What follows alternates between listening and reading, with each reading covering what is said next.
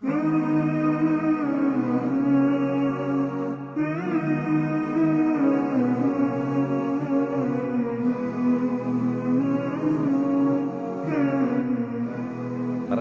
adalah yang diberi nikmat ketika beribadah kepada Allah.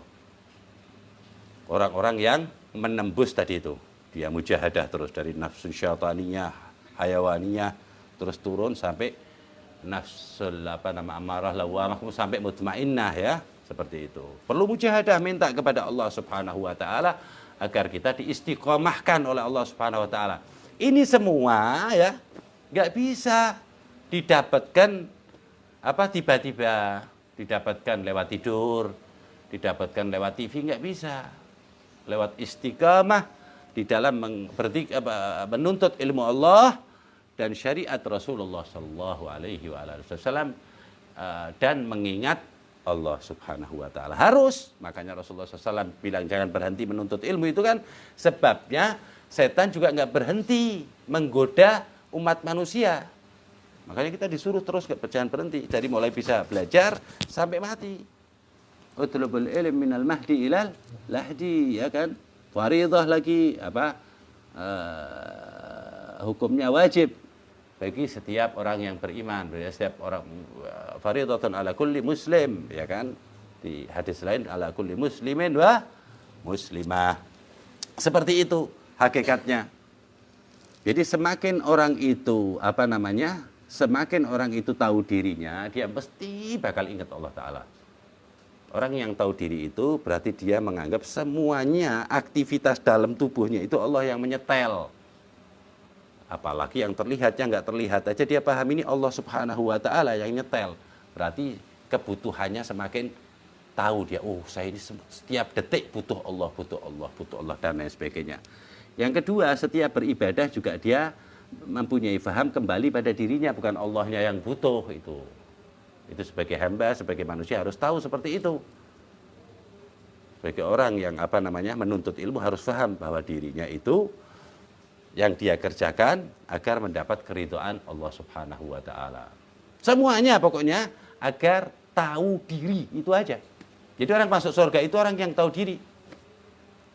Orang yang masuk neraka adalah orang-orang yang lupa diri atau nggak tahu diri. Ini Al-Quran yang ngomong. Wadhkurullaha katsiran la'allakum tuflihun. Orang yang tahu diri ingat Allah terus, maka ini beruntung kata Allah Ta'ala. Keberuntungan paling tinggi masuk surga, dapat ridhonya Allah. Sebaliknya orang yang nggak tahu diri kata Allah Ta'ala di dalam ayat kalam Allah, dalam firman Allah, walaqad dhara'na li jahannama katsiran minal jinni wal insi lahum qulubun la yafqahuna biha. Mereka orang-orang yang Allah Subhanahu wa Ta'ala masukkan ke dalam jahanam, dijebloskan ke dalam neraka. Lahum qulubun la yafqahuna biha. Hatinya dibodohkan oleh Allah Subhanahu wa Ta'ala atau hatinya menjadikannya tidak tahu diri. Walahum a'yunun la yubsiruna biha. Yang dia lihat tidak menjadikan itu pelajaran bahwa dia itu makhluk Allah, bahwa dia itu lemah. Jadi kayak orang buta, yang dia lihat kayak ayam, makanan, minuman, ya, kayak hewan lah. Walahum a'yunun la yubsiruna biha. Enggak bisa melihat kenikmatan ruhaniyah yang menyelamatkan dia kelak di akhirat. Walahum adhanun la yasma'una biha. Kupingnya juga enggak seneng aja gitu loh. Dengar nasihat, ceramah. Pertama milih-milih dulu, yang ini aja dan ceramahnya. Habis itu enggak sekalian dah semuanya. Nah, kata. Walahum adhanun la yasma'una biha. Baca Quran enggak pingin dengar dia. Masih aja nonton TV itu mau maghrib kan ada yang baca Quran, atau mau isya, atau mau subuh. Lupa. Nah, itu orang-orang yang lupa kata Allah Ta'ala di Quran tadi ayatnya. Bahwa kasanya aku penuhi neraka jahanam dari golongan golongan jahanam katsiran minal jin, banyak dari golongan jin dan manusia mereka yang hatinya aku bodohkan, bukan akalnya ya, hatinya. Sebab hati itu yang menampung rahmat Allah, yang menampung ridhonya Allah, bukan akal. Kalau akal orang-orang kafir banyak yang akalnya pintar tapi hatinya bodoh.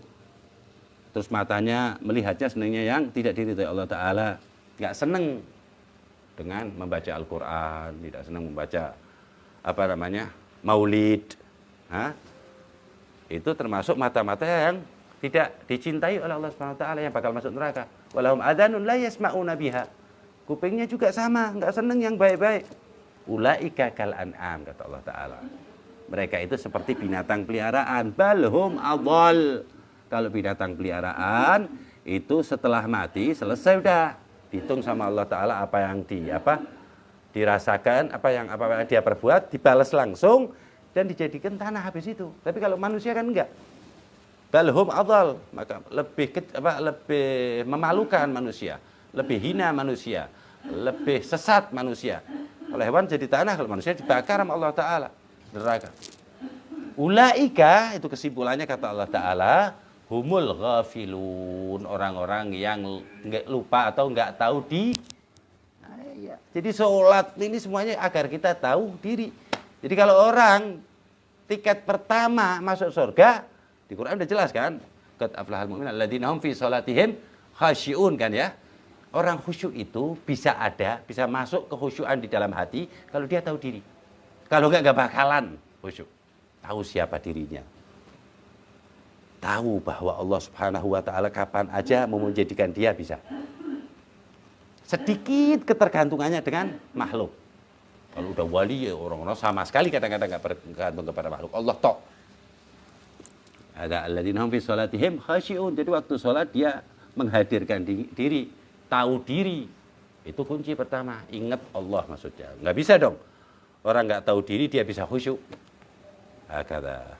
Dan sebaliknya, kalau masuk paspor masuk ke dalam neraka, yaitu orang-orang yang dilupakan hatinya oleh Allah Subhanahu wa taala. Dijauhkan oleh Allah Subhanahu wa taala. Paham ya? Jadi semua yang ibadah yang menjadikan ente tahu diri, itu ibadah yang benar-benar dicintai Allah, yang mendekatkan diri ente kepada Allah. Orang yang sudah dekat kepada Allah, ya, akan mendekat dan dekat kepada Allah, itu orang itu mesti banyak tahu dirinya, ya, lewat introspeksi diri. Saking dia banyak mempelajari dirinya, dia udah lupa dengan orang lain, apalagi kesalahan orang lain. Yang dia ingat, yang musuh dia itu setan dan dirinya dia sendiri. Jadi yang paling jahat musuh kita itu nafsu yang ada pada diri kita, itu paling jahat itu sama setan. Jadi dia berantem terus sama nafsu sama setan.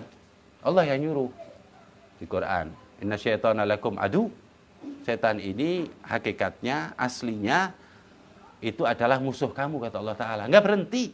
Titik, musuh ente. Maka kata Allah taala, ajak berantem terus setan. Fattakhidhuhu aduwa. Ambil, ajak berantem terus. Lewatnya kita menahan hawa nafsu untuk mukul setan itu dengan mengingat Allah.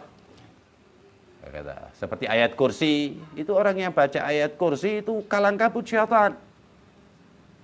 Apalagi diulang-ulang. Kata. Terus siapa orang yang berdoa ya Allah biha ya Allah biha ya Allah bihasul khatimah, itu seperti matahin tulang belakangnya syaitan. Iya, ya. Kata. Setan itu gak kelihatan kan, kita nggak tahu kan, yang setan yang dari golongan jin maksudnya. Kita nggak tahu setan, mau setan itu sifat ya kan, jadi bisa jadi manusia dari jin. Kalau jin kita kan nggak melihat.